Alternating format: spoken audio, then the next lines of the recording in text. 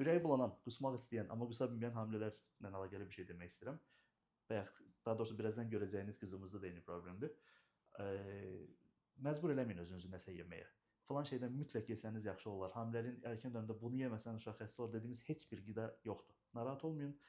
Ürəyini istəyən şeydən ürəyini istəyən miqdarda yeyin. Bu sizə bəs eləyəcək. Amma bir dənə istisnamız var, su məsələsi.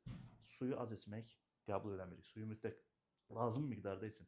Belə mövzulara da toxunmaq mən fikirləşirəm ki, lazımdır. Çünki həmişə sonsuzluğa əlaqəli danışırıq. Bunlar boş qalır. Bunlar elə bil sahibsiz, yiyəsiz qalır mövzular.